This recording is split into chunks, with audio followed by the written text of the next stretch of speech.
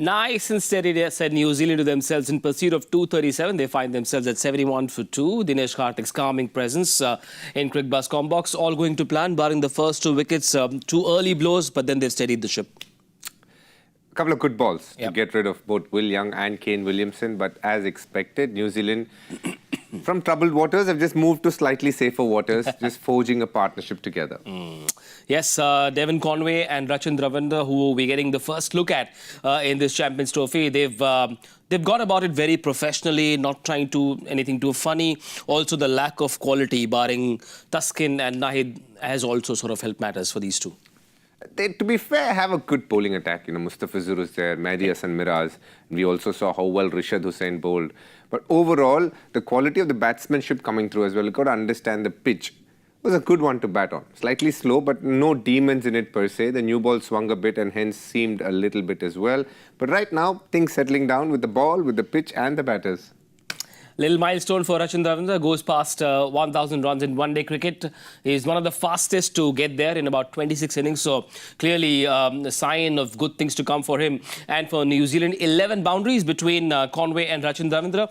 They've been driving very well. Just goes to show that simple cricket is the way to go in situations like this. True, you need to have a good instinctive game. I love the ball to come to you and play shots with with the correct meeting point, and that's what both these batters have done.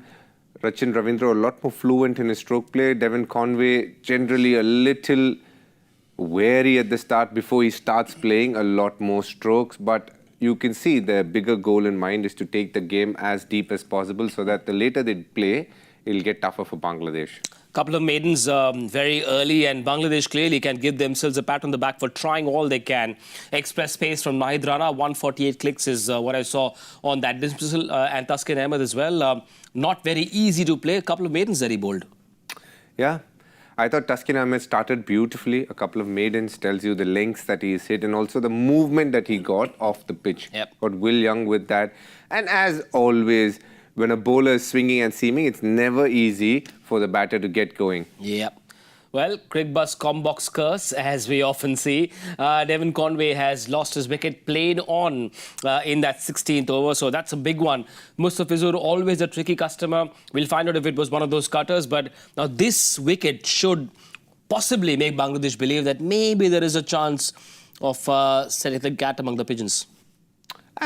Without a doubt, you know, when you look at how things have panned out, it is important to understand what you need to be doing. And I feel for Devon Conway, Mustafizur, what makes him special, apart from his normal action, is the fact that he brings the cutters in really well. He almost has a very flexible wrist, so he's able to get over the ball, and that causes the ball to rip through at times from the pitch.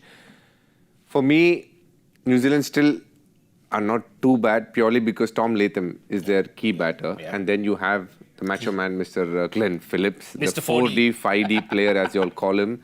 So there is good enough batting, but an area of concern would be if they lose a wicket here. Then you have a lot of work to do, almost 160 runs to get. So at the moment, another partnership of 50-60, things will look much easier.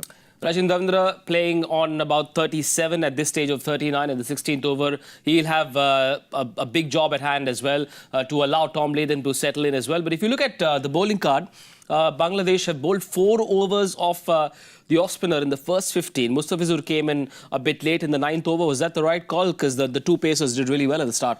It is the right call, purely because 2 left-handers were at the crease. Then it makes more sense to bring Miraz in because he's someone who not only keeps things tight, also has the ball that goes away and comes back in naturally off the pitch. So that gives you the opportunity to pick a wicket as well.